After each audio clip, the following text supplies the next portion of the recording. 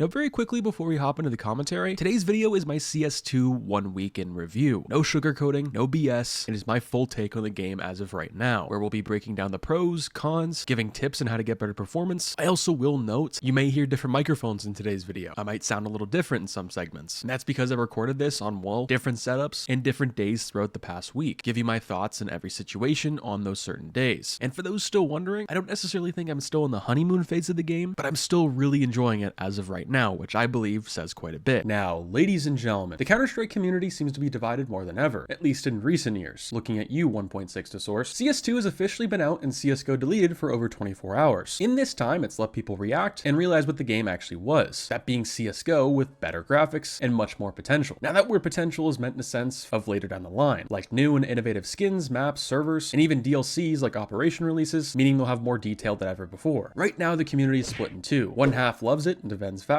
and also meaning it was time for release. And the other half really wants nothing to do with the game, saying nothing is new, and there's even content missing from CSGO, which I completely agree with, and in a sense that's somewhat false advertising. As it goes for myself, where do I stand, some of you may ask? I'm in the middle. I understand both sides. I've also experienced both. I didn't really play the limited test on my own account for very long. Right now, this is all new to me. But like with all things, the honeymoon phase will end, at least for me. And also to note, this video is not about me. It's about the community and Counter-Strike 2 going forward. I also understand those who are wanting new content, such as maps, operations, skins, and even cases. As of now, we got none. All that's here is CS2's limited test with more people. Today's video, I want to discuss the feedback I've seen alongside answering some very important questions that I know most of us will have. Now, today's video sponsor is Skins Monkey. Skins Monkey is a buying and trading marketplace for your CS items. It makes a safe and easy way to trade out your inventory for something new. By using my code MANDO, you can get a deposit bonus of 35% alongside a free $5 in your first trade, with a max bonus if you spend $100 or more. With a large variety of skins, deposit options, alongside daily, weekly, and monthly giveaways, they're doing a great job rivaling other competition. If interested, it'll be at the top of the link in the description below. Very quickly, I want to give a PSA. After having written this script and letting it sit the past 24 hours, I've had some things that I want to get across crystal clear. I believe CS2 was simply revealed too early, which is why the game is the way it is in the state that it's in, as well as the limited test took 6 months. Valve, the company, like any other, wants to make money and to stay in the green with big margins. They have a small dev team, yes, but there's really no excuse for that. There's countless hardworking Counter-Strike and gaming fans as a whole, who are also game developers, who would have and who would love to help. With the amount of money they make from cases alone, this could have gone into having more people to make this product in the release window that they set. Now, first and mainly for today's video, I want to take a look at both sides of the controversy. One half loves it and defends Valve, partially meaning it was time for release. Enough sticking for the limited test, we had to push it out in order to go forward, which I agree with. Number two, some players want nothing to do with it, saying nothing is new. This is the same as the limited test, just like I said up top, some very small minor changes. Let's start by looking at the problems with the release. There was simply too much hype for not much change, and this is just Counter-Strike 2 as a whole. This is one of the simplest ways I think I can put it. Yes, it sounds a little harsh, but it's just how it goes. The amount of posts on YouTube, Reddit, and Twitter on how a new operation is coming soon or with its release, and new game modes plus maps was definitely not helpful. A lot of false hope, a lot of fake hype, and that made people and players have higher expectations than the game actually came out to be. Yes, Valve has resources, technology, time, and money, but for a lot of people in the CS scene, we have 10 years of experience with Valve, and based off everything we've seen so far, this was somewhat to be expected, which that might be hard for some people to understand or hear, but I believe it's the truth. Reality is we know they have a small dev team. It sucks that the money they get from cases doesn't do anything to help it go further, but it is what it is. They've been working on getting the game ready for release. They've been having 2 updates a day this past few months, and if we keep up this pace, it's gonna be almost a finished product in the next couple of months. And yes, I agree this looks bad and is a horrible excuse for Valve. For those wondering, I agree not having all maps and modes and features from CSGO and CS2 at launch is a very bad look. Like we discussed earlier, it's somewhat false advertising. You claim you have a finished product, but it's nothing even compared to Go at this point. In order for us to move forward with the release, it had to come out sometime. It doesn't matter who you are that makes the game. In modern day gaming, it's going to release with a mid or bad state. Valve, at least right now, acknowledges things are messed up and are actively fixing things with 1 to 2 updates a day. Like example, in the first 5 hours of being out, movement and connection to servers were so bad some people couldn't play it. I myself was somewhat in that area, and it pretty much got fixed instantly. Now looking back at everything, I believe CS2 was revealed way too early, which is why the game is the state that it's in. Maybe things should have gotten revealed for summer of 2023, rather in March of 2023, and maybe had a release window for fall or early next year. But you also have to look at things from Valve's perspective. The best game testers on the market are us the players and us the fans. Game companies will pay millions of dollars for the amount of people that are playing their game. Well, they won't really come close to the amount of people, but game testers in general, if they were to pay for all these people. And Valve essentially got it for free, they just had to fix things. And we pointed out the bugs because that's mostly the biggest issue. Now this is where things get a little interesting. This is 8 days after CS2 has came out, and I finally want to talk about the tick rate. This has been extremely controversial throughout the limited test up until now. now, but here we go. The tick rate inside Counter-Strike 2 ain't bad, but it ain't great either. Quite honestly, right now, I'd prefer 64 tick CSGO than, well, I think what we have right now with the sub-tick system. From my experience playing on 2 different setups and 2 different scenarios with one very high ping, one fluctuating to a very low ping, obviously, as you can assume, they're very different. The higher ping is pretty much unplayable, where in CSGO with a higher ping, meaning anywhere from 40 to 60, maybe going up to 70 at some times, it's not great, but it's also playable to some extent. Yes, you're not going to hit every one tap. You're not going to always outplay the person, but it's still playable. In CS2, it's pretty much a slip and slide. If your ping fluctuates from 20 to 40 in the matter of just a few seconds, your game's going to be going all over the place. Your hitboxes won't register. They also may feel bigger on a lower ping. I believe this also explains why you get one tapped while you're behind a wall, or you do the exact same thing to someone else, and then one or the other thinks someone's cheating. But realistically, it's just coming down to ping, which goes to the sub-tick system. It's a whole debacle, but I believe with time, Valve is going to pretty much make this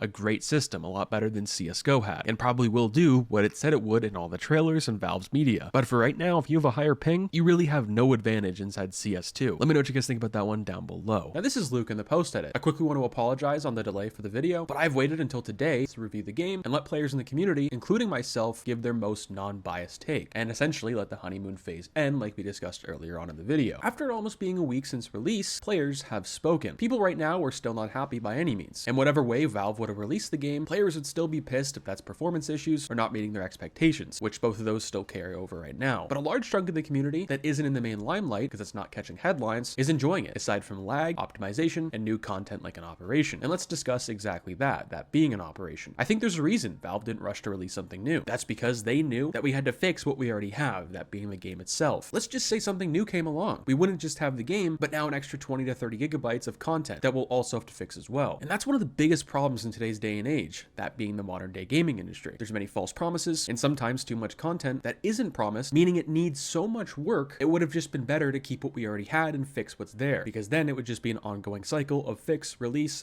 broken, release. Also, I want to mention Valve's marketing. Aside from Twitter and one trailer on Valve's official YouTube page, there was nothing saying it came out. It took Valve a day and a half to promote it on Steam where it was on the front page, and it still is right now. Lastly, I want to end on this, the main question. Was CS2's release a failure? This may be a little controversial, but I'm going to go off a limb and say no. The reason I say that is because if you look at other games in the modern day gaming industry and what others are pumping out, that being unfinished dog water, we're sitting in a pretty good spot. Valve took 6 months from the limited test starting until now to release what they had, without also adding a bunch of new content that one was probably not going to be optimized, have too many bugs, be half or a quarter of what we actually wanted, but no, they just put out the regular game, pretty much was the limited test but with more players, and fixing things at a higher rate because there's now more people to play. Let me know what your guys' thoughts are down below. Now let's talk about no new content for CS2. This was a topic many people wanted to be true and had a gut feeling wasn't going to happen. I feel like a broken record at this point, but with not a lot of devs to work on the game, alongside an operation at release, this would also oversaturate the game. We have to look at things from a different perspective. This is a pretty important point in today's video. The perspective of the noob, the new player, and returning players, and also the majority of CSGO players that didn't play CS2 up until now. Counter-Strike 2 at this moment, for those people, and that's the majority of the community, this is all new to them, and I believe Valve was targeting these main people. The millions that play Counter-Strike every single month, those people don't always watch YouTube videos, view every tweet that CS2 puts out. Extra content like an operation at launch would have way too much going on for new and even returning players from the limited test. And if we based an operation off the last one, that being Operation Riptide, beside the battle pass, everything sucked. Harsh take, I know, and some people are going to disagree, but that's looking at things without rose-tinted glasses. There was no co-op missions. The missions we had every single week were reused garbage on a 3-week cycle, and things were bugged to all hell at its first 3 weeks of launch. Like I said earlier, we have to look at things from the noob perspective. Now, after finishing my 1-week review of Counter-Strike 2, the video is all over the place, but so are my thoughts and the majority of the community's thoughts on CS2 itself. At being 9 days in, the parasail has finally been removed, any skins, stickers, and maps have been adjusted inside Counter-Strike 2, performance has been great, you still have the odd crash. I recommend people reverting back to their older drivers in order to get the best performance possible, at least as of now. New content like a case probably will be rolling out in the next couple of weeks, but overall, I'm enjoying CS2. Hopefully you guys enjoyed my 1-week review of CS2. We'll catch you guys in the next one. Stay positive, sexy. I'm out, guys. Peace.